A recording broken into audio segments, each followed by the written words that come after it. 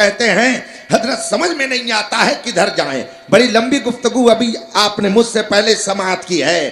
سمجھ میں نہیں آتا کدھر جائیں. یہ بھی قرآن پڑھتے ہیں وہ بھی قرآن پڑھتے ہیں, یہ بھی کلمہ پڑھتے ہیں وہ بھی کلمہ پڑھتے ہیں. یہ فریب نفس ہے, نفس کا دھوکہ ہے جو آپ کہتے ہیں کہ ہم کو سمجھ میں نہیں آتا ہے. یہ اسٹیج لگا ہوا ہے, پیچھے چاندنی ہے, اس کے پیچھے کیا ہے نہ آپ دیکھ رہے ہیں نہ میں دیکھ رہا ہوں, ہے نا حضرت. لیکن اگر میاؤں میاؤں کی آواز پیچھے سے آ جائے اور میں آپ سے پوچھوں کہ بتائیے پیچھے کیا ہے, تو آپ کیا جواب دیں گے؟ کیا جواب دیں گے؟ کیا ہے؟ بلی ہے. حالانکہ آپ نے دیکھا نہیں, دیکھا نہیں ہے, مگر آپ نے کیا کہہ دیا؟ بلی ہے. میاؤں میاؤں کی آواز آئی تو آپ نے کہہ دیا بلی ہے. بھوں بھوں کی آواز آئی تو کہہ دیا آپ نے کتا ہے. مرغ بولے تو آپ کہیں گے مرغ ہے. آپ نے مرغ دیکھا نہیں, اس کی آواز کو سنا تو آپ نے پہچان لیا.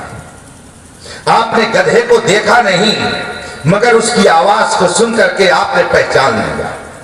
آپ نے بلی کو دیکھا نہیں مگر اس کی آواز کو سن کر کے آپ نے اس کی حقیقت کو پہچان لیا.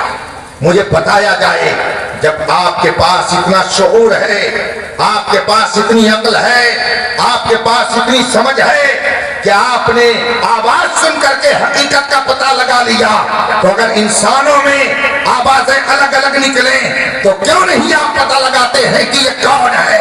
جب ربیع الاول شریف کا مہینہ آتا ہے تو ایک آواز آتی ہے کہ یہ تو شرک اور بدعت ہے, میلاد کرنا حدیث سے ثابت نہیں ہے, اور دوسری آواز آتی ہے مثل فارس زلزلے ہو نجد میں ذکر آیات تلاوت کیجیے. ایک طرف سے آواز آتی ہے نبی مر کر مٹی میں مل گئے وہ کچھ نہیں دے سکتے ہیں, مگر دوسری طرف سے آواز آتی ہے تو زندہ ہے واللہ, تو زندہ ہے واللہ میری چشم عالم سے چھپ جانے والے. ایک طرف سے آواز آتی ہے کہ نبی تو گاؤں کے چودھری کی طرح سے ہے, وہ ہمارے بڑے بھائی ہیں, اور دوسری طرف سے آواز آتی ہے اللہ کی سرتابہ قدم شان ہے, یہ انسان ہی انسان وہ انسان ہے, یہ قرآن تو ایمان بتاتا ہے انہیں, ایمان یہ کہتا ہے میری جان. ایک